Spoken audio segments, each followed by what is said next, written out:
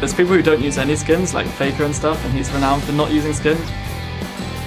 I just think it's pretty cool to be able to have my own little flair on my champions I play. I think most of the time it's functional. Like, I like some skins just make me feel more confident on the champion because of the way it looks, the color maybe. My favorite is the legendary Vladimir skin. I like the voiceover and he sounds even more evil than he usually does. Kneel before Vlad. Yeah, I like Freylord Ash. You're just like a 80 carry and you're like all in white. Looks pretty cool. Muay Thai Lee Sin. He feels more fast. Eddie's in trouble. Candy Panda comes in. One more shot. It's Mascaron that steals it away. I like unique ones. Like the Aether Wing Kale. Like, it's actually like playing a new champion. Najbardziej mi się podobają skiny do Korkiego, mają najlepsze animacje i najlepiej się gra niż bez skina. I like the Syndra skin that the balls are like water. It's going to be a lot of damage. They may even be able to kill him. Wild Growth coming out, but it's going to be Peke that's able to finish off them. With the sound or something make it way smooth, and I like to play with that one. Actually, my favorite skin has to be from my old mid-lane times when I played Fizz. It has to be Tundra Fizz. Because he has like these little sandals and he has like an Eskimo outfit on it. It just looks really funny. So it's the best skin ever. When I came to the studio, Greg just came into the player lounge and said, I really want to play Strike Illusion. I love this skin and I hope I'm able to play it for you. And then he went on stage before me and he got to play Lucian, but he didn't have any riot points on the offline account, so he couldn't get the Strike Illusion skin. And then he actually managed to buy the skin off stage because you could buy it in the practice rooms. So I got to play Strike Illusion before Reckless, which made me a really happy boy. Welcome back to the European LCS. Before we head into our next match, we're going to break down Rocket's win over Alliance. 5-0 right now, Rocket. And Trevor, you were mentioning it's like watching a game in a time capsule. Yeah, big time. Gragas mid, Vi in the jungle, Shyvana back in the top lane, Alliance failing, and Rocket winning. It's basically spring split all over again. Rocket played confidence, they had ganks, they were moving around the map. We keep talking about the fact they're challenging for dragons this week. And it just feels like they're ramping up and they're finding the form that helped them, play so well during the course of the spring splits. Yeah, absolutely. And also Alliance coming in once again with a full AD comp. And again, it doesn't really seem to work out for them. No, and of course, the longer the game went, the worse it was going to get for them. You saw eventually they got the Ranians in pretty early on, but then came the Thornmails. You saw Froggen at the end there. They went in towards Xaxus, but he was just basically beating himself to death against a big brick wall because they were so strong towards the end. They just didn't have enough. Yeah, but when they were able to fight with that Yasuo, for instance, it did pay dividends for them in that one fight around Baron. Let's actually get that replay up on the screen, because Rocket was in this one basically saying, get back into the game, Alliance. Deficio said it perfectly, and this was a terrible fight for Rocket. The one thing you want to notice is just how Vander is trying to peel, but he's so focused on getting the jungler out of the fight, he completely ignores the fact that Wicked, Froggen, and Tabs are hanging out on the left-hand side. Let's roll this clip out, and we'll drop to 50% speed in just a moment or two. Because Vander's off on the right-hand side. He does delay Nif momentarily, but all of the peel and the slow from that Glacial Fissure is away. The Tidal Wave knocks up both Overpower and Celavar a moment ago, and look at the double last breath from Froggen. Comboed with the damage from Shyvana and even Tabs getting in there with Ace in the hole, they melt the carries of Rocket. This was the team fight that kept Alliance in the game. Let's roll the rest of the clip at full speed. You'll just see Alliance basically cleaning house, and even Nif lands a great bubble on Jankos to prevent him getting out of the pit. The main thing for me here was the fact that Rocket actually made a big mistake. They had a 10,000 gold lead coming into this fight. They were positionally not in the right place. They committed to the incorrect targets. And if Alliance had been able to make more ground on the map, they could have punished Rocket harder, but Rocket did pull themselves back into the game, and they won the next two big team fights and actually closed it out. Yeah, and like you say, while that was pretty much the perfect fight Alliance wanted, they got the two carries in a perfect position. You also got to look at the fight that turned it back around. Tabs got caught out, and suddenly realizing, Alliance put themselves into position to force them away from that jungler. They forced Vander, Jankos onto Vi, And that was what caught them out, because he just dived straight for tabs, and everybody did everything they could to save him, and then realized, hang on a minute, everybody else is dying. Tabs got out alive. Alliance don't know how to deal with aggression. Yesterday when they lost to Millennium, Tabs was also out of position, and Tabs also got caught out when they, dealt with wicked Young Bucks Irelia all the way back in London. They struggle under pressure. And this weekend, Tabs has made more positional errors than he has all split long. Yeah. You talk about crumbling under pressure on the other side. To be honest, when I was watching that Baron fight, I thought, well, this is exactly what's going to send Roccat on tilt and maybe cost them the game. It's a testament to the way they've been playing that they were able to still turn it around. Yeah, I completely agree. And I think, their composition did have a lot working for them because it took so much for Alliance to burn through in terms of armor and fighting and perfect positioning. Roccat had that air of safety with their team comp and the way they'd itemized. So it did work in their favor. But I also want to highlight the fact that Alliance don't seem to do particularly well with their Yasuo mid comps. They've run it with Kayle in the past. They've run it with Renekton in the past. And Froggen likes to split push, but he never really got to a point where he was completely dictating the tempo of the game. It's one of those risks when you run AD. If you fall behind, you stay behind because it is fairly easy to itemize against. And one of the main things for me with Alliance is, since this 4.10 patch, they're not comfortable with it. We're on to 4.11 now, but it's effectively the same, just more tweaks in it. They're not comfortable on this, and they seem to have fallen back into their shell. If you think at the start of the spring split, they were amazing. They're suddenly showing all of these new talented skills, these new different ways of pushing lanes. It was like, wow, okay, they've suddenly opened their eyes to the whole Korean meta. But now, since they've suddenly realized, oh, we've hit a stumbling block, they've all just immediately regressed back into the same old style they were using in the spring split, which wasn't working. Yeah, and let's finally talk about Roccat then, because we do talk about it. The minute Veggie was in that house and was telling them what to do, it did go better. How much of an impact can it have? Is it the combination of the patch and Veggie maybe that sent them over the edge? 5-game winning streak. Yeah. I mean, if the problem for Roccat is their out-of-game confidence and knowledge, picks and strategies coming into a game, having a coach there that can actually tell them, this is what you do, this is what you should be doing in certain situations. To use an example, it was very clear that Vanda was focusing on Shook because the team call was Baron. The team was like, let's get Baron, everyone's on Baron. And the biggest threat when you're doing Baron is the jungler, which is why I feel Vanda just committed everything on Shook, because he has most likely been trained and been taught in Baron, focused jungler, and he didn't necessarily think about some of the surrounding circumstances. So it's helping Roccat. They need to take this game and learn from it to keep improving. Yeah, I mean, we talked about Veggie, and he clearly has turned his team around. I think they're 9 wins in the last 12, their 5-game win streak. It's pretty crazy. I mean, you look at this team, and even just listening to them last week, how down Overpower was compared to how he just is now. I mean, they played the SK and Alliance in week 6. They lost both these games. They've turned it around since then in just 2 weeks. Imagine what they're going to be like in a couple more weeks when we get to playoffs. Yeah, absolutely. They did bow to Veggie as well yesterday, which I think is sign enough. Yeah. Well, Ahlström, now we're going to check in with you guys at home because you've been tweeting to us at LL Esports, because earlier we asked you, who do you think is the most underrated European LCS pro this split and why? And here are some of your answers. The first one is from at CravyWalterLol. I think people are really underrating Cotnex. He's a new addition to their team, but he's made some great plays to secure wins. Yeah, absolutely. You just look at Millennium now compared to last spring. They changed out their jungler. They were bottom of the league, and now they're actually challenging mid-table. They took down Alliance yesterday. They're looking fantastic right now.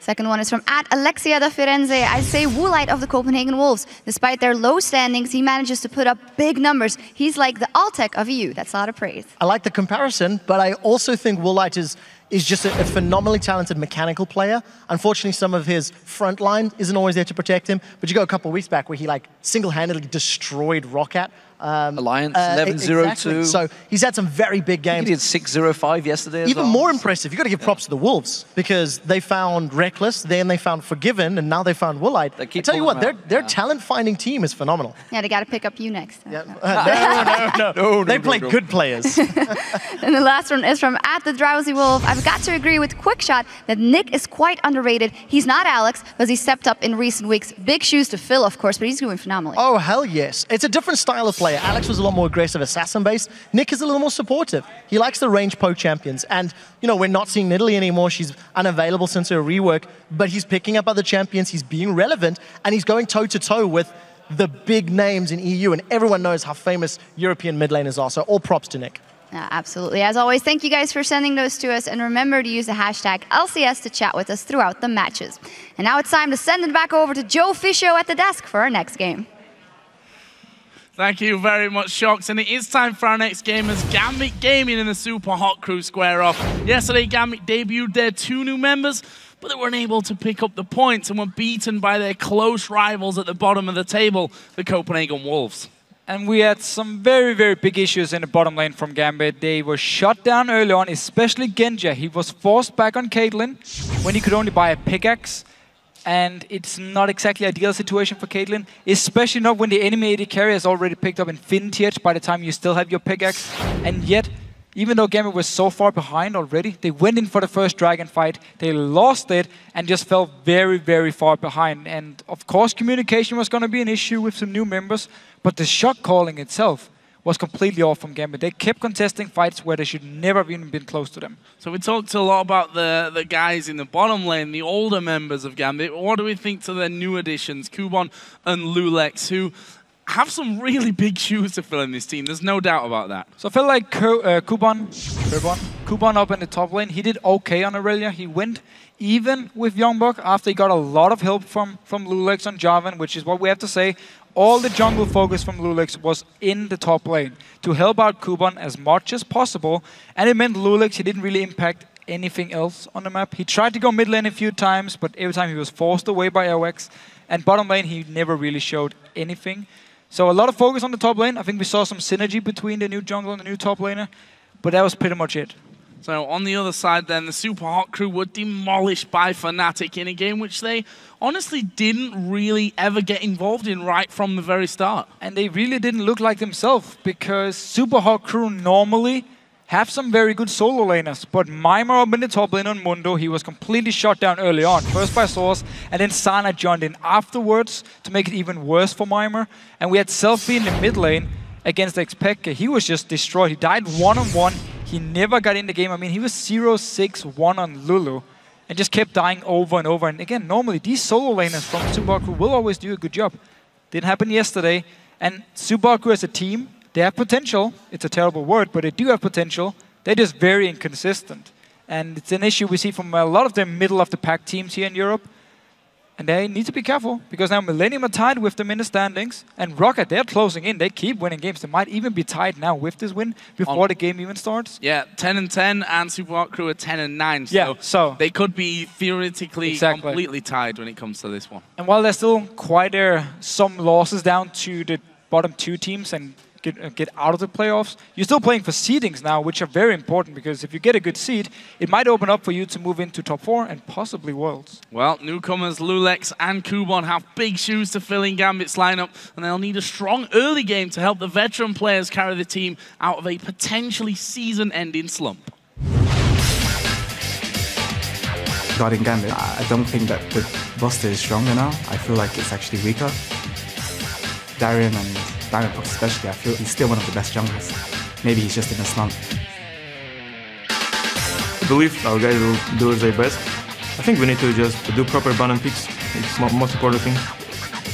SUPA has a pretty good bot lane, but other than their bot lane, they are not that strong of players. A lot is going to be up to their jungle and top lane if they want to win the game. I think we should play around mid like every LCS team. If I can make top lane and then snowball, I think we can win. I don't think it's going to be an easy game. It's going to be easier overall. But I think Genja and Eduard are really good bot. Me and Genja are confident in playing bot and not losing it. And we will carry the team. Hard to disagree with Loulex when he says it's probably up to me to snowball top and mid lane. And this is something that we said yesterday, their bot lane from Gambit, they can be brilliant, they can be hit and miss, but mid lane and top lane have to get going against 2 very strong solo laners of the Super Hot Crew. And he tried to do it yesterday, but it was too easy for Airwax to predict. So he was always around the mid lane whenever Loulex was, and he had to go top, help out Kubon as much as possible. Just wasn't enough, especially because the bottom lane from Gambit fell so far behind. Well, we'll see if they can pick things up today, but first we're going to check out the starting lineups on the blue side for this one. It's Gambit Gaming with Kubon in the top lane, Loulex in the jungle, Nick in the mid lane, Genja the AD carry, and Eduard the support. On the red side, we have the super hot crew with Mimer in the top lane, Impaler in the jungle, SELFIE as the mid laner, MrRalleZ as the AD carry, and kaSing as the support. So before we head to the Rift, let's see who you guys think will win this game. According to LOLesports.com, 60% of you voted for the super hot crew. Not a surprise to me considering how things are going, the changes in Gambit and the form of both teams. Very true. I mean, yesterday both teams lost. I would actually say they lost very hard, both of them. So they want to go in here now, show they can win some games and really improve the performance from yesterday. So as we move closer to Champion Select then, Deficio, where's the focus going to be in this one? We've already talked about the solo lane as being a key factor, but you can also never out-count, if you like, the bottom lane as well. We heard yesterday Gambit had pretty much lost that game in the bottom lane. Is there any kind of focus that they need to put towards Genja and Eduard, who are quite versatile players in terms of their picks? So we rarely see bans towards Genja, but often people like early pick Lucian to take it away from him. Yeah. But there was a lot of jungle focus yesterday against Loulex, where Lee Sin and Evelyn was banned, and then Elise was first picked by Wolves, forcing him to play Jarvan. We might try and see some of the same deal here from Subaru, but it's going to be harder because Gambit does have the first pick, so they should be able to take whatever jungler is left if there's a lot of jungle bans here. So we need to see what Subaru wants to do. Yesterday they banned away only mid lane champions.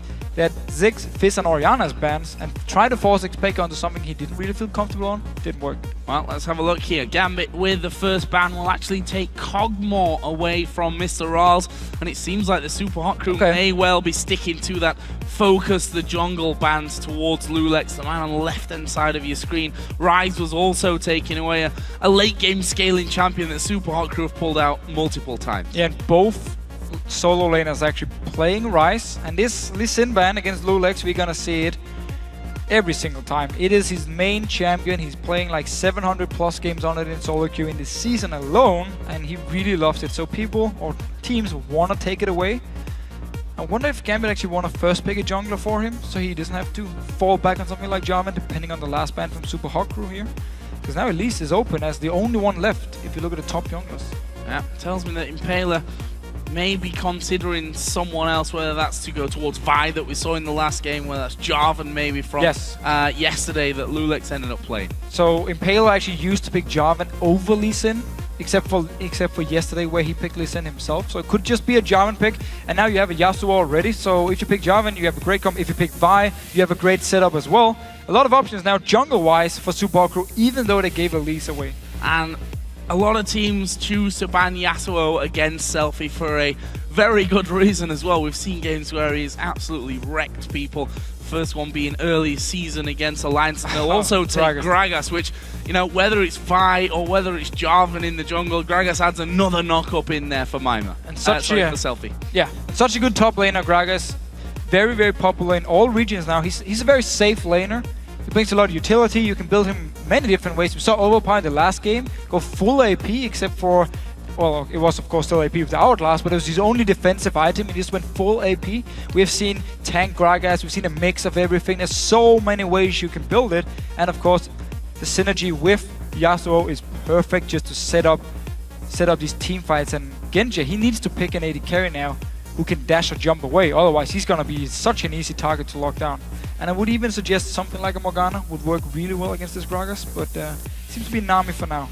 Well, dash or jump away, and one with huge range is what he could get here with Caitlyn with that 90 caliber net as well to give him a bit more safety. That is in fact going to be locked in for him, along with Nami for Eduard in the support role. So it's a very good lane they have here, a lot of long range poke with or from Caitlyn, and with the E from Nami to make the auto attacks even stronger. You have the sustain from the W, the main thing on Nami. 1 year ago when I used to play her, you always maxed E and you just have full focus on trading or let your AD carry win the trades. Now you max the W, so you have to sustain, you have to heal. And making a very, very good bottom lane, so might be the focus from Gambit saying we lost the bottom lane yesterday, we need to make sure we have a strong lane today so they can handle themselves. And then Loulex can focus on the top lane and the mid lane and just leave Eduard and Genja to do whatever they need to do. Well, we'll see what the super hot crew go for. MrRalleZ, one of the I think, biggest celebrated newer talents to come through into the LCS, certainly in that AD carry role. See what he decides to actually go with. Rengar, you know, we forgot here that Rengar was, of course, banned out, globally banned out last week. Came back in this week after 4.11, fixed the problems with his Q, and that's going to be locked in here for the Super Hot crew. Going to go into the jungle there with Impaler. They'll also lock in Corki. And Rengar, a bit like Gragas, you can build him many different ways too. I mean, you can go Farewell Flare, you can go a lot of damage and just try and instant kill a squishy target. You can build tanky, get a lot of cooldown reduction, and then focus on engaging. And you have your E, the snare, to engage with. And then when you have all the cooldown reduction, you're gonna get it up with the 5 stacks more often, and then you can lock down even more targets, of course. Wow. Gambit going with Fizz and Yorick here for this one. This is not, well, I mean, this is not Gambit anymore in terms of the Gambit that we can really say we're used to. Obviously, we've only seen one game so far with these 2 new players in, but Fizz in the mid lane for Nick. Nick's a player who's constantly brought out more passive champions where he can farm, stay quiet, bring a lot of utility later on. This time around, going to be going with Fizz and Yorick for Kubon in the top lane. So we actually saw Yorick against Gragas yesterday, and Yorick is supposed to win when it comes to farm, but they can't really kill each other. They need some jungle help to set it up, where Gragas is a lot better at setting up jungle ganks, especially once you hit level 6. Because you can't even predict when he's going to ult you, and if the jungler joins in, you're just in a very bad position. So we need to see if Impaler wants to pay a visit to the top lane, try and get a few kills on Kubon up there on the Yorick, and therefore get Mimer rolling as well on this Gragas here. But very straightforward.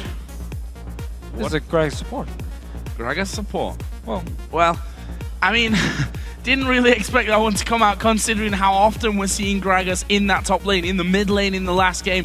Eduard, the only one that's really played Gragas support to a big level. I think Nif might have played him once. Yeah, he played it once. Earlier on in the split, but it is going to be kaSing playing that support Gragas here, and obviously feeling that Shyvana was a better match for Mimer in the top lane up against Kubon, and you still get the knockup whether it's got the damage there or not. What's a great thing about early picking Gragas, you can set him in mid lane, you can set him top lane, you can put him support, so they could just choose whatever they wanted to here. And Corgi Gragas, I mean, it's also a very, very strong lane, because Gragas is so hard to kill. He's so tanky, he's just gonna body slam in your face over and over. Can be very hard for the squishy Nami to deal with, but we need to see. The poke will definitely be in favor of Gambit with Caitlyn and Nami in the laning phase, but the all-in potential from a Corgi and a Gragas is gonna be very, very dangerous. Some very interesting teams coming out here, but with those comps, guys, do you still think that the Super Hot crew are going to come out ahead? Tweet at LOL Esports with hashtag GMB win or hashtag SHC win, and we'll see if those lineups manage to sway your votes at all. Said it before, 60-40 was in favor of the Super Hot crew from LOLesports.com. What do you think, Officio? Well, from looking at the team comps, we need to see if this Yorick and Fizz. I mean, we saw Yorick again, we saw it yesterday. When it comes to team fights, you don't do too much. I mean, it's mainly about your ult here. You don't really have enough damage to take down a target by yourself. You're just going to be a super tank. You have your ult then to either put it on Fizz or Caitlyn. It's very good against Yasuo, because if Caitlyn gets caught out of position, you put the ult onto Genja, and he will, of course, come back to life. So we need to see how they want to play these team fights from the side of Gambit, because they do have a lot of late game potential with both Fizz and Caitlyn. Yeah, if they get rolling, especially from Fizz's side of things. We've seen it time and time again that if you get a good start, you're going to be a beast going forward. The opposite way around counts as well. If you don't get going, it's going to be hard, but we're going to find out here as we get into game. Gambit versus the Super Hot crew, and Gambit looking for their first victory here with the 2 new players, Kubon and Loulex, coming in to replace Darian and Diamond, 2 legends in the League of Legends scene. And no doubt that, as we've said at least 3 or 4 times now, that those shoes are so hard to pick, to fill. But we're actually going to have a little listening back to Champion Select here and listening to Gambit there to Super Hot Crew's reaction to that Yorick pick. No, anything but Yorick. I really don't want to play against it. Oh my god. Like, okay, it's mid. There's one thing I don't want to play against. Yeah. Well. We all know it. Nobody wants to play against Yorick.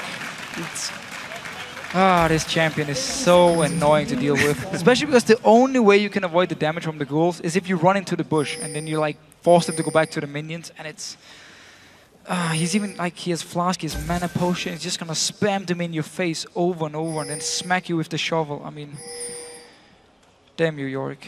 Damn you, Yorick. Pretty much what Mimer was thinking there as well. Didn't want to play against it. He's going to have to play against it though here. Kubon selecting this one around. Let's have a look down some of the other summoners here. Nick going Flash and Ignite in that mid lane compared to SELFIE, who's actually picked up Barrier this time around. So very aggressive by Nick. We saw Overpower yesterday play with Teleport. We saw Kerb as well play with Teleport on Fizz. But Nick wants the Ignite here for the one-on-one potential, for the early pressure, and forcing SELFIE into Barrier. So he knows at least the all-in potential from a Fizz is very, very scary. And I really want to see this bottom lane here, because obviously Gragas has some pretty good poke. But I'm not sure if Gragas and Kogi can outpoke the sustain from an army, and then with the Caitlyn. We actually need to see how it goes. Normally, if Eduard does max his heal, should be able to heal up most of the damage. And it's funny because this bottom lane Gragas that Eduard ran earlier on in the split caused a few problems for other teams as well. kaSing going to be running it against Eduard in this game, and we can already see those early trades going down. One thing you have to say about Gragas in that role is that he is going to have to, if he wants to put his full damage potential down, come forward, which makes an easier bubble for Eduard. Easy bubble for Eduard and also opens up for ganks. And again, we heard Loulex in the video before the game talk about how he needs to handle the mid lane and the top lane. So we might not see him put a lot of focus on his bottom lane. So if it is something Subaku could use to be very aggressive, and if they don't think he's gonna be around, but if he decides to pay a visit and Subaku goes all in, it should be a fairly easy bubble for Eduard. Nick has lost a lot of health there in that mid lane already. Not exactly sure what happened there, but SELFIE obviously, well, yeah, a couple of levels on Yasuo. Gonna be a pain for you. Crystalline Flask is there though for Nick, for him to be constantly healing himself up there from that. Also adding a couple of extra potions in. There's Loulex, and we're going to see exactly how much of a role he can play in this game today for Gambit. Top lane, of course, the annoyance master himself, Yorick with Kubon, but he may be already in a little bit of trouble because Impaler is going to start to come around. And already stacked up to 5 here, so we'll get the snare from his E if he lands it onto Kubon. Staying around the double buff, and Kubon pushed all the way up. Loulex actually around his mid lane, even though SELFIE already recalled, so he should be up in his top lane here, ready to counter gank in case something happens. He is actually going to move up there now. Ward's down already. He's actually staying. They're waiting there and maybe wondering, okay, do I want to go top? Do I want to go middle? He's kind of halfway in between them. Look at that, a ping on the minimap right on top of his head. So they know that Loulex is going to be around there. Yeah, needs to be a little bit careful. Rengar is going to come around the corner. Doesn't look like Impaler wants to have too much of a fight, although they need to be careful in case Yasuo decides to come around that side as well. So Rengar as well really wants to get his level 6 before he can start to gank properly, so he gets the stealth, he can actually surprise you instead of just run into your face, because you're normally not going to get into a bush and get the jump when you gank if people standing in the middle of the lane, unless you want to go down to this bottom lane, or if you can lane gank the top lane, but it's hard to do. And therefore he's now just gone back to farming to try and get his level 6 point. And then he can really engage fights. He can set up some very, very annoying ganks where you don't expect him. You just see the exclamation mark above your head and you're like, oh shit, I'm dead. Impaler falling a little bit low from that white as well there, but not really a problem. He was going to recall anyway. We did also see Nick recalling, picked himself up boots, which is going to be a big help for him against SELFIE. He's just going to dash around in his face the entire time. And a Doran's ring as well on top of that crystalline flask that he did in fact start out with. But look at this, Loulex is going to be coming around towards his mid lane. SELFIE maybe a bit out of position from this one. There's a lot of damage going to come his way. No ultimates. Oh, and that's a great wind wall to block out the cocoon. SELFIE survives. Yeah, the way he plays here, it's very, very smart. He actually moved closer to the Gambit tower just so he could dash through them up towards his own tower, puts up the wind wall as soon as he saw the cocoon, and actually saved both Flash and Barrier, even though he was so far up the lane and got ganked here. So very well played by SELFIE. His Yasuo is definitely his best champion. Every time he plays it, he does really, really well. And the teams have to respect it, especially in these team fights. We'll see how it goes for them as they approach level 6 as well, where the kill potential on both sides starts to come out. And see that Madrid start for Impaler. So we'll go towards Fable FLICKR. Needs to, of course, stack it up. He's one of the few junglers who actually still builds it, because you can still get a lot of damage from it. And I wonder if he wants to go cooldown reduction afterwards, or if he wants to build more damage and try and assassinate people, or if he wants to get some tankiness. There's so many different ways you can build it, and there doesn't seem to be like just one way which is the best. want to keep a close eye on this mid lane because they're going to be hitting level 6 soon. There's Impaler getting the lane gang. Stalking up as well through the lane. Who's going to hit level 6 first? SELFIE gets it. Is he going to be able to get the knock up? Actually going deep in there towards Nick, but didn't actually follow through on it. Nick still has a flash, as does SELFIE, but this is where it could be interesting. Kubon, level 6, but there's the jump out of the bush. Is he going to go down here? I don't think they're going to go underneath the turret, but that's a lot of damage. So Impaler managed to come around here and actually get the lane gang up where he's very, very strong, even before level 6, like we talked about before. Genja, though, being very aggressive in this bot lane. Very aggressive indeed, and kaSing trying to tank out all the damage then. We saw MrRalleZ having to Valkyrie away. Actually had flash, had summon a heal, so it wasn't in the greatest of dangers, but he is going to be forced out of the lane, which means free farm for Genja. To be honest, Genja already doing a great job of this one. 59 to 43 CS already in this bottom lane. Definitely winning the poke war and the sustain with Nami.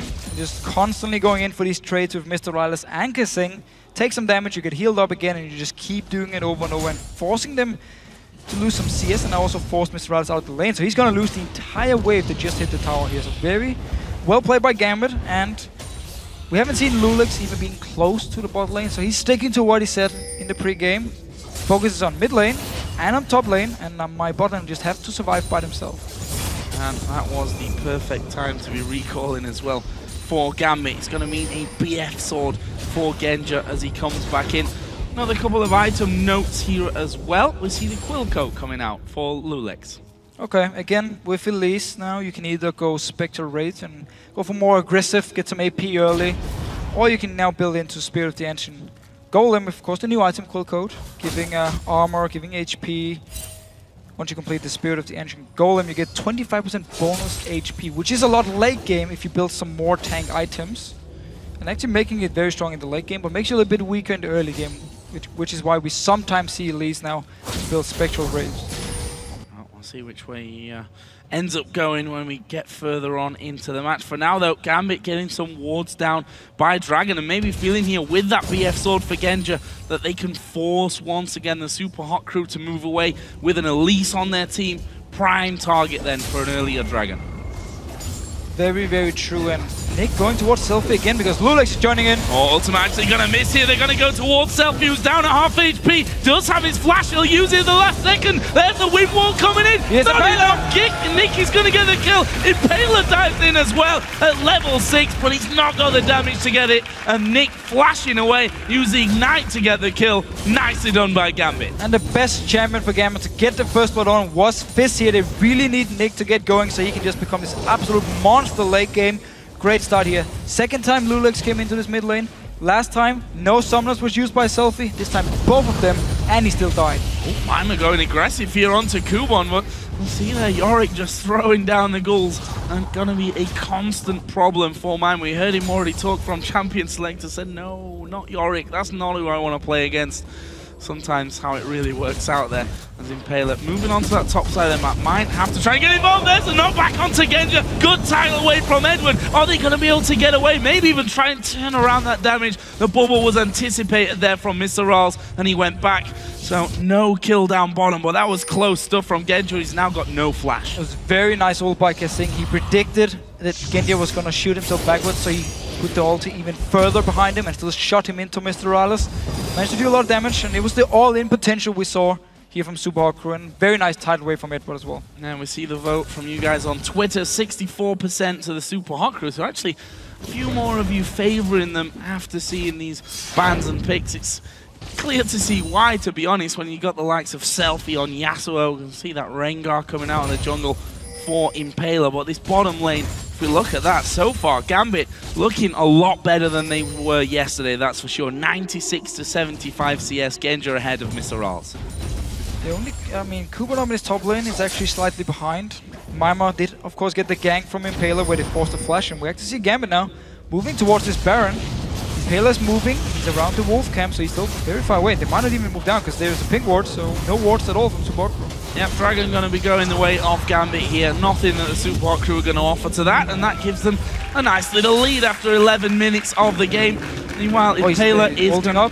Yeah, stealthing up there. I'm not sure if that ping ward saw him. There were no pings actually coming in, so I don't think they will. They're going to surely go for Eduard. That's a great flash. Genja is going to get slowed there by Impaler. Have they got the damage to finish him off? kaSing right in there at the front as well. Genja's going to fall. Well, here's the TP from Kubon coming in from the backside. Not got the damage though. Late. And that will be a kill back for the Super Hot crew. Way too late with the TP here. If he actually wanted to try and join in, should have been there instantly. Super Hot crew managed to get a kill.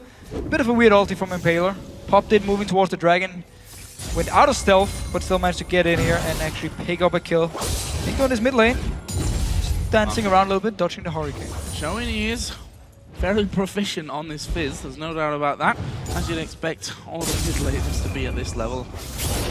Not really say that there's many players in the mid who can't bring that Fizz to the table when needed. Meanwhile, Mimer, because of that teleport, having a bit of free time to farm up without the annoyance of that Yorick, who's gone Mana Moon first item. Mimer is actually going to be building Blade of the Ruin King, but you see there that Kubon already causing him a couple of problems. The full focus from Mimer on being able to sustain himself in this lane, because he takes so much poke from Yorick. And he's actually been farming really well. His TP will be ready just a few minutes. Then he will be able to go back, shop once again, most likely complete the Blade, and TP back to lane once again and do the thing. Because Dragon, of course, is gone. Support would know, because they already checked it and also cleared the pink ward around the Dragon, and kaSing will get a second one. Yeah.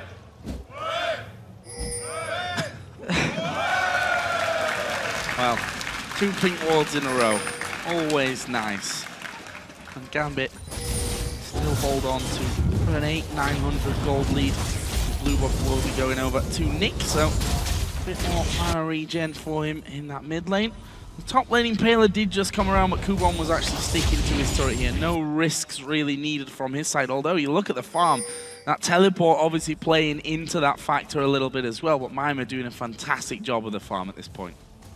And he's actually going to save his teleport. He backed before it was ready, so he's going to return to lane here, and there's no teleport on the side of Kubon, so we could see Super set something up here.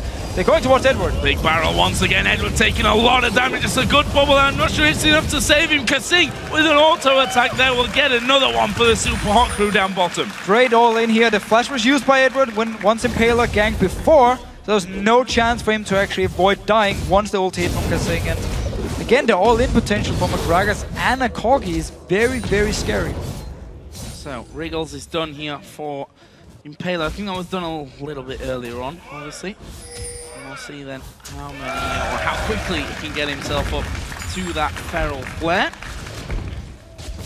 We'll be wanting that for that extra damage coming out, but 19 so far, stacks. 19 stacks, so still a little bit of a way to go on that one. But certainly, Impaler maybe not had quite the impact that he would have hoped for, but also got some tough lanes. The solos, if you look at them, Yorick, who's going to be able to slow you down and is generally pretty beefy anyway. Then you've got the mid lane where Nick's going to be able to dodge pretty much everything you can throw at him.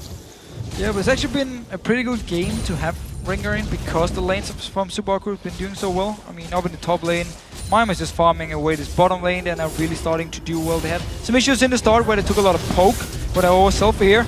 Teleport coming in for Mimer. TP mid lane, Mimer gonna join in. Can he actually get in there? So knock up is onto Nick. SELFIE trying to get in range for it there, but not able to really do much with it. Nick was down to less than half HP.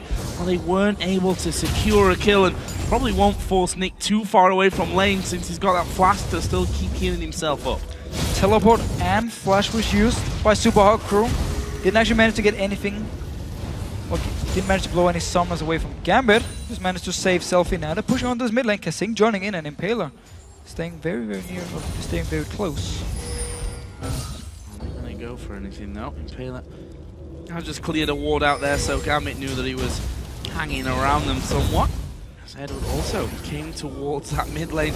kaSing is there. There's actually a cocoon landing onto kaSing. They're going to throw everything they've got in him. That's a lot of damage coming out. kaSing's still alive, but Nick will get a finisher. I don't think Nick will get away, though. Impaler will be able to finish that one off. And now SELFIE getting right to the front. He still has the ultimate. There's a knock-up, but decides not to follow through on it. Very good trade by Super Crew, however. They lose the support, but they get a kill onto Rengar.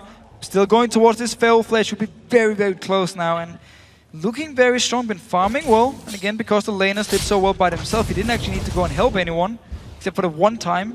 That is bottom lane where he picked up a kill, and of course forced a flash from Kubon, but Mimer himself already did well in the lane and just been farming away, and he actually keeps extending his goal lead.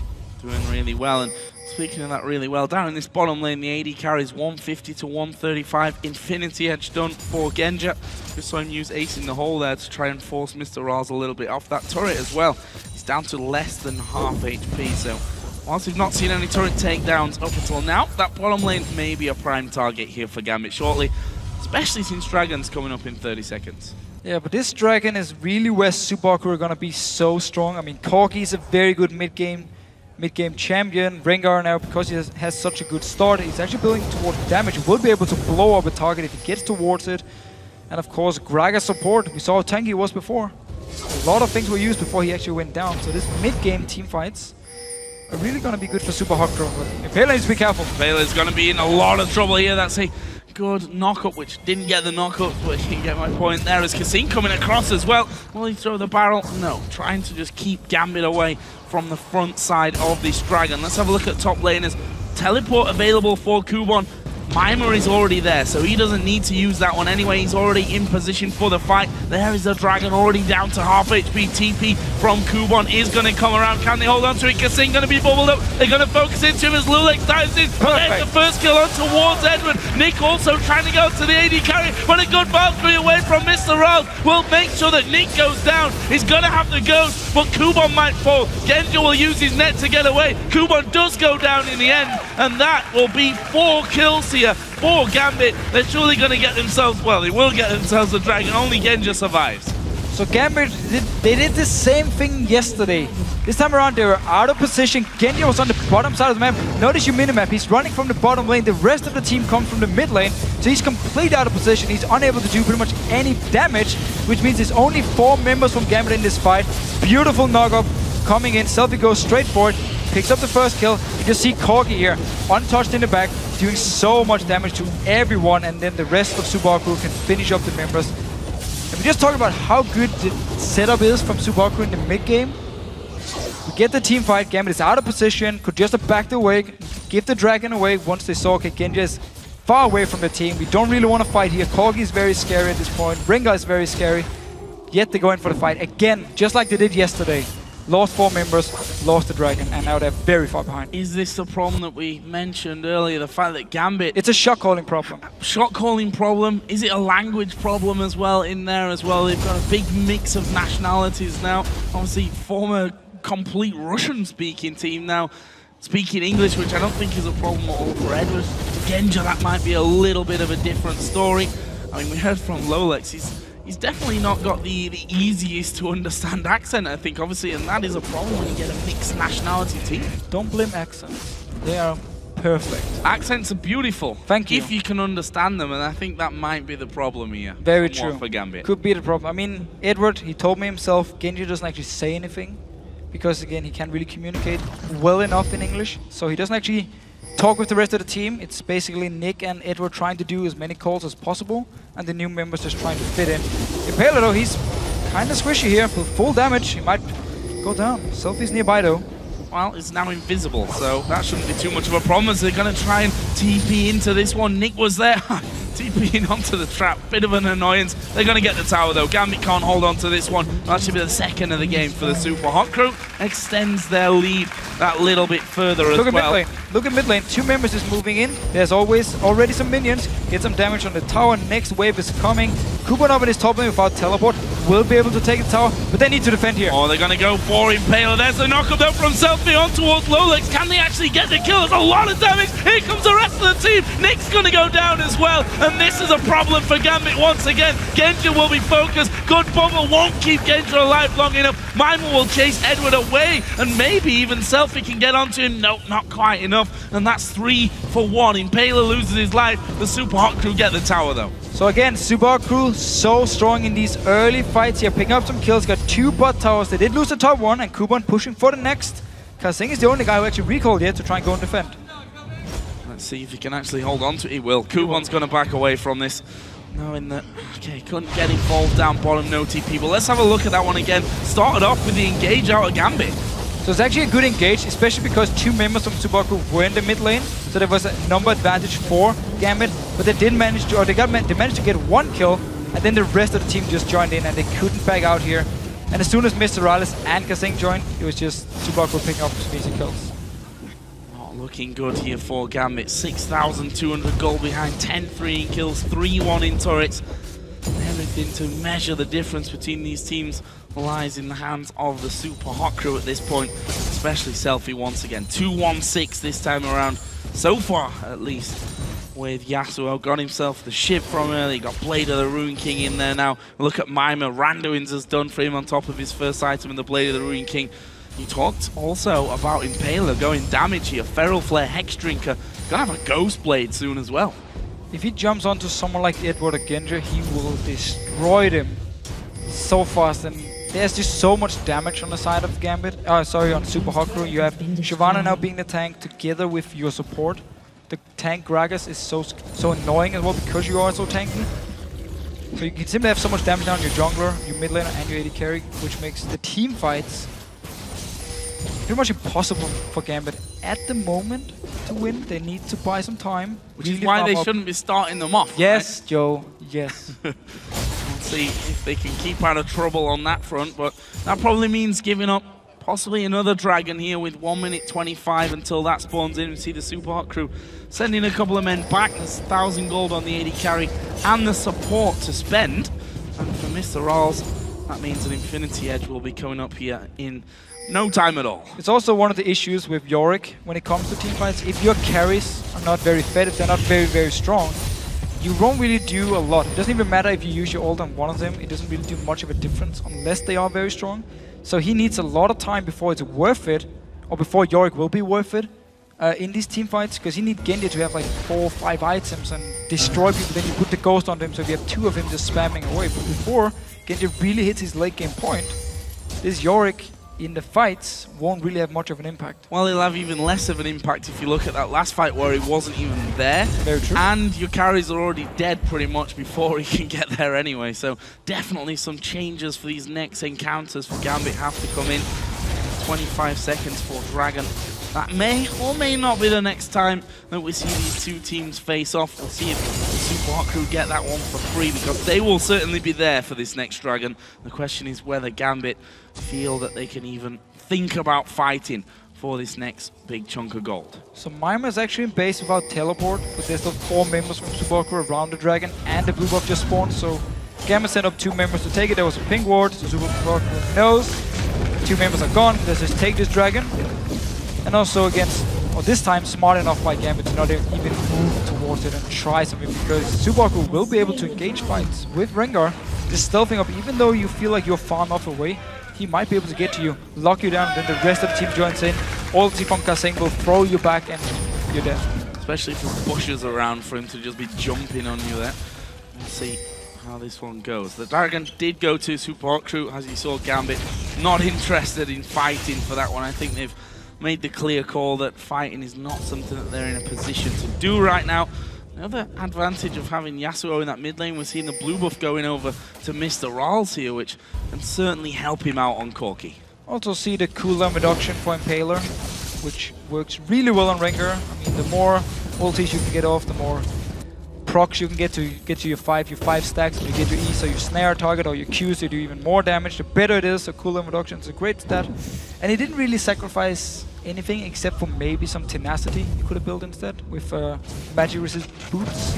But that's about it. So very, very good build for him, and looking very good for Impaler, and Rengar looking very good for Super Hot Crew as a team. Looking like a different team to yesterday, that's for sure, where we saw them kind of bow out of their game without really having much to say. This time it's Gambit on the back foot and really struggling to come up with the goods.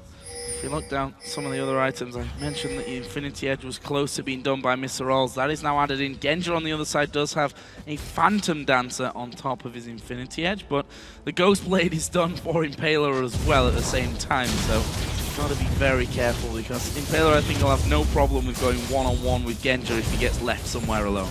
So when looking at the comps again, I actually don't even think Gambit is stronger late game compared to Super Hot Crew, because there's so much damage on the side of Super Hot Crew, because kaSing and Mimer will be so tanky, and it's going to be hard for Nick to kill anyone, and again, the Yorick doesn't really do any damage in the fights. I actually feel like SUPA completely outpicked Gambit in this game. Well, that's not a good sign, especially when you fall this far behind as well. 26 minutes in, and we're approaching 10,000 gold lead. And you see that Gambit's scared to move away from that inner turret in the mid lane, the inner turret in the top lane, and the SUPA crew have started to gather somewhat up on towards that top side of the map, which could signal that they're going to be baiting out towards Baron, which they don't really need at this point, but they certainly take another fight if they can get it. They're just setting up the Rengar, ulti already used by Impaler, but Eduard backed away. Oh, 2 members out of position! Oh, out of position completely. MrRalleZ going to take a lot of damage. Actually, Loulex gets that kill, but Nick now will be in trouble as well. Impaler's going to flash away. Can they get the finisher? There's the Zhonya's Hourglass used. This is actually decent at the start for Gambit. Nick will surely go down. There is SELFIE, and can he now complete the kills on the rest of the team? Nick in ghost form there, thanks to Kubon. Still causing them problems. They do finally go towards Kubon. Oh, but Nick still running problems for them there at the back. SELFIE will finish off Kubon, or Mimer, who will take it for the killing spree. And in the end, it leaves a 3-on-2, this time though, in favor of Gambit. But such a messy engage by SUPA crew. MrRalleZ, he jumped over the wall as Corki into the face of Nick and Loulex and just died very, very early on here. And the rest of SUPA crew, they tried to come in and help him, but they were far away, they were out of position here. So good team up by Gambit. We see it again here. Loulex and Nick, MrRalleZ jumps into their face. Just gets bursted down. He tries to flash away. Still, he's so low at this point, he will die. And look at the minimap here. Everyone just trying to come into this fight to join it. Nobody was really in a good position because they had to run in, and because MrRalleZ died so early, a lot of the damage was gone from SUPA crew, and that's up to SELFIE to try and kill as many people as possible. He missed the first Hurricane, so Genja stayed safe, kept doing damage. Will land the next one. We see the on to Genja, and then he has Flash still, flashes away from it, and SUPA crew end up losing their team fight. A little bit too aggressive engage, and a good team fight by Gambit. And then we can see where the Yorick ultimate can work out. Very true. Nick did more damage, I think, after it actually died, after he was saved by Kubon, than when that fight first started off. But look at this. SUPA crew apparently not phased by that 3-on-2, or 3-for-2, and will continue to stack up around the Baron area, and Gambit still need to be very, very wary of how they go about this one. They do have Mimer down bottom. He has TP, which Kubon used in that last fight, so that could be used as a tool here to draw Gambit down to this bottom lane and then sort out a 5 versus 4 up by the Baron. And just pushing it away here. Top lane already pushed out by SELFIE, now moving into join with the rest of the team, and they're waiting for this bot lane to push and hopes Gambit sends someone down to defend it, and then they go straight for Baron. SELFIE actually already started. Kubon is down his bottom lane. No teleport. It's gonna be 4 members only for Gambit to try and defend it. None of them are actually moving. Well, there's the now they pinged it. They pinged onto Impaler. They saw him, but it's gonna be Baron. Yeah, this is going down before Gambit can do anything about it. And again, Kubon will be thinking, damn it, if I only had my teleport. The rest of Gambit were a little bit slow to react to that one as well, but it's the first Baron of the game going over to the SUPA crew, and that will almost give them that 10,000 gold lead. And there's a dragon coming up in half a minute as well. The SUPA crew here with inner turrets still to be taken in the mid lane and in the top lane now have extra tools to do that. Might try and catch Nick out of position here. He's waiting around for SELFIE to move close. Might look for a fight. He does have the Hourglass in case Nick gets a knock up on him. He can try and pop it before SELFIE's ult gets to him. For now though, SUPA crew is moving between this mid and top lane, trying to look for an opening, pushing in. So obviously when you only have Corki as your ranged, it becomes very hard to actually push down towers unless you manage to kill some people first. So they want Gambit to move away from the towers, try and get a kill with SELFIE, with Impaler, and then they can go towards the towers. It's very hard for them now just to push it. Terrifying wave clearing potential there. We see the speed that SELFIE and Impaler just push out those. Well, you could have look at Mimer. Mimer's just like, well, they're all going towards the top lane, so you know what? I'm just going to kill this inner turret all on my own. We saw Genja putting off a couple of shots towards him, but not really breaking through that Randuin's, and now SUPA crew just react instantly and say, okay, they move towards middle, easy inner turret in the top lane. Being pulled around the map here are Gambit.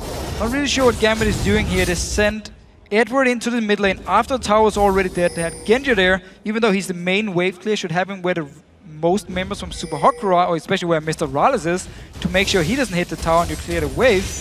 Instead, they just split up. They had like 1 member in mid lane, then all of a sudden they had 4 members in mid lane, only 1 in the top lane. So Super Hot Crew very easily just managed to actually take 2 towers away. We saw Alliance in the last game against Rocket. When they were behind, they managed to defend the towers for a long time and get to the late game. Gambit couldn't do the same thing in this game. Or at least just before. Yeah, and the 3rd dragon going down here for the Super Hot Crew. And leaves Mimer with 2,600 gold. There's 2,300 for MrRalleZ to spend. So they're going to be picking up a couple of big items when they go back home to, or certainly maybe the start of a couple of big items when they actually go home to be spending all of that gold, which they just indeed have. We see there for MrRalleZ Infinity Edge, Trinity Force, Last Whisper, got a Negatron Cloak as well for a bit of protection, mostly against Nick there. And there's a Banshee's Veil now for Mimer, along with a Giant's Belt as well. So Super Crew been back in base, buying, picked up had quite some gold from the Baron, from the towers they just took here. Let's see what they want to do. If they want to try and do the same thing, where they split up in multiple lanes and push all of them down, and because they are so strong, they should be able to win the 1-on-1 and 2v2, whatever small fights they will have around the map. And if they do win it, they can then take a tower afterwards, and they are actually splitting up. Mimer in this bottom lane has teleport ready in case he needs it, and 4 members from from Super Hot Crew up in this top lane. Well, one thing that helps here for Gambit is they do have the teleport back available for Kubon. And we see their Mimer actually TPing up towards his top lane, so it looks like they're going to go for it. They're just going to take this tower. Gambit completely leaving that one there for the Super Hot Crew, and that leaves an inhibitor completely exposed to them now. Mimer on the front side, not really too scared of getting in. There's the dive coming around, Tidal Wave will come in. We see Nick using his Zhonya's, does get the ghost there from Kubon, but one by one, they're being destroyed. SELFIE gets himself the double already. Now they're going for Eduard, who will flash to try and get away, but Mimer got the damage to kill him just before the fountain. MrRalleZ can hold Genja there away, and that will be 4 men down for the Super Hot Crew, and they're just going to go straight towards the win here, surely. The minions are coming in now. Will there be a cannon with it? No, just standard minion wave coming. They might try and take a tower. So let's see what they can do. Genja the only one that can stop this one from happening, but the tower's going down so quickly. Windwall will stop Genja from being able to really do much as well at the side. Both Nexus turrets go down. No one spawning in quick enough, and the Super Hot Crew get back to winning ways, taking down Gambit. So everything for Gambit in this game here boils down once again to them picking some wrong team fights in the early game when they're not strong enough to fight. They go for the fights anyway, they're out of position, they lose the fight, give up a lot of kills, give up a dragon, and just fall so far behind in goal, and then they have to sit back and try and farm, and it's too easy for the other team to just take control of the map, take every single buff, take the Baron, and just push down the towers. And the coordination, the shot calling from Gambit is definitely not where it needs to be. Well, we also have to, I guess, give them a little bit of slack as well. This is a team that's now got 2 new members pretty much since yesterday. I'm not sure exactly before that how much real practice time they've had. Very true. This, I mean, 2 members, especially when it's a jungler and a top laner. The jungler in particular, I think, is going to take time until they really get into the flow of things. And when you replace 2 legends or veteran members in Diamond and Darien, yes, of course, it's going to be hard, but we can't really look at it and say, yeah, it's going to be okay, because the season is almost over. Yeah. There's no time for it to be okay. I mean, they might just be looking towards relegation and say we have enough time to prepare the team for relegation now, because playoffs for them are looking almost impossible. They need to really start winning pretty much every single game, and then for the last Super Week, they have to pick up 4 wins if they want to go into the top 6 point. So they don't really have the time to just say, yeah, it's going to be fine, you know, we're just going to give it a few more weeks. They need instant results if they want to go towards playoffs, unless they're just purely looking at the promotion tournament. Which you have to say, you just can't expect instant results with of course 2 not. new Of course not. key role players coming into your side after playing with, you know, top lane and jungle that have been there since the very start in this Gambit team, since before they were Moscow 5, even in the Empire days. And we can see there for Eduard, not looking like a happy man right now. And it's, for me, a little bit sad to see the Gambit name right down there at the bottom of the table at this stage of things, but that's what can happen if things aren't going for you. It can go from bad to worse very, very quickly. Yeah, and obviously there was a lot of issues on the team. They talked about it themselves. The Gambit statement said Diamond and Darren was benched because they didn't want to improve the team synergy and so on. So obviously they had some issues they needed to sort, but if we look at the results from this week, it didn't look very good. So they definitely need to think of something else, or they gotta hope that these new players can very, very quickly get the synergy going and start winning games. Well, that's Gambit. On the other side, though, is a super hot crew that managed to pick up another victory. And we're going to send it over to Shox and Quickshot, who are ready to speak with the super hot crew's Impaler. Thank you very much, Joe. Indeed, joined by Matt the Impaler Taylor here after that victory. Impaler, talk me through the Rengar pick. Finally, we see him in LCS, and you decided to go very aggressive on him. I really like Rengar with the 2 jungle bans, knowing he's going to pick Elise. I can just let him try and force ganks while I farm up my Feral Flare, and then come in with tons of damage and just kill everybody. Well, it definitely seemed to work out. The game was quite convincingly in yours and your team's hands. What was it that either you did right or Gambit did poorly that allowed you to win so convincingly? We figured we'll just try and team fight as much as possible, because with 2 new people on their roster, they kind of have some synergy issues, and we thought if we can just make them team fight, make them group up, they have to either commit or like just concede objectives. And if they can't make up their mind, then they just die and they lose both. Well, we're actually going to take a look at one of those team fights that you guys executed very well. So let's get that up on the screen. It is one around Dragon, actually, and I think it was the first Dragon of the game. Yes, it was. And it was actually one of the situations that happened yesterday where Gambit committed to a team fight too early. So I want to get your take on this one, Impaler. Let's roll this clip out and talk me through Gambit's engage as you're on the Dragon. Okay, we knew we had to fight this Dragon because Mimer has no TP, so he moves down. We just get a good combo with Selfie and Shyvana ult, and then we're basically just cleaning up this fight. Fizz is trying to dive our carries, we're kiting them back, and Mimer's just doing all the damage in the middle, while me and Selfie are picking off stray targets. Now, explain to me the thought process behind, you know, the team composition. You guys have got like a very heavy AD focus. Is there a time limit on how effective that will stay for longer? We've seen Alliance struggling with a heavy AD comp just the game before. I think Alliance struggled a lot because Wicked fell behind and he was all that AP damage on the Shyvana. So my aim was to keep Mimer in the laning phase. He got really far ahead there. I gave him pressure. Kubon constantly had no flash. So we knew we'd have the AP damage coming in. So provided we don't go to like 50 minutes and then he's not doing so much damage, he just does loads of damage with magic as well. By the way, how did you boost Mimer's morale after that Yorick pick? Because we saw in the listening, no, please don't pick Yorick, and still did. I was just like, I'll camp your lane, you just do whatever you want and you'll be fine. And he was like, okay, thanks, Impaler. Well, it definitely worked out. A few weeks ago, you were chatting to Shox for a preview show. And if memory serves, you were saying that super hot crew in the team, you want to be more like dragons. And you want to be more aggressive and not like tigers. Now, yesterday, in my mind, you guys were like sheep because you were feeding. What happened in your game yesterday? Ouch. And how are you going to prevent that happening in the future? We picked ourselves into like 3 losing lanes and lanes fell behind. Everyone's panicking. And when you're panicking, you are like sheep. Everyone's just running away. And we don't want to run away. We want to fight them every time we can. And that's just what we're trying to do today. Yeah, obviously Fnatic is always a hard matchup. Going forward, what will be the main things to focus on for you guys to climb higher in the standings and maybe keep your eye on that playoff spot? I really think we need to be practicing as efficiently as teams like Rocket right now. They're like 5-0 or whatever in a row. And they're just really strong right now. So clearly they're doing something right in practice. If not, you can't make that huge turnaround. Just very quickly, you guys are sitting 11-9 on the split.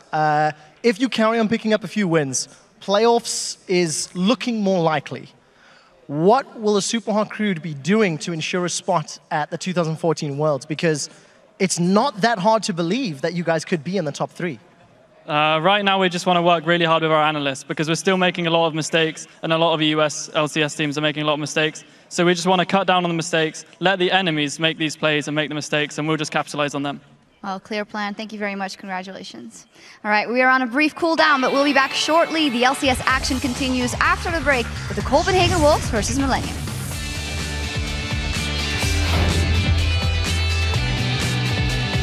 Test bit. Gaming is better. Do dragon. If I ulti too, you ulti, okay? Are you ready? I want to fight. Turn on them, yeah, turn on them. Pain up. I'm on. I have ult on 2 guys. Kill an IQ, no flash on IQ. Can you get him? Keep going. Nice, I'm getting out. And IQ's up in Ghost.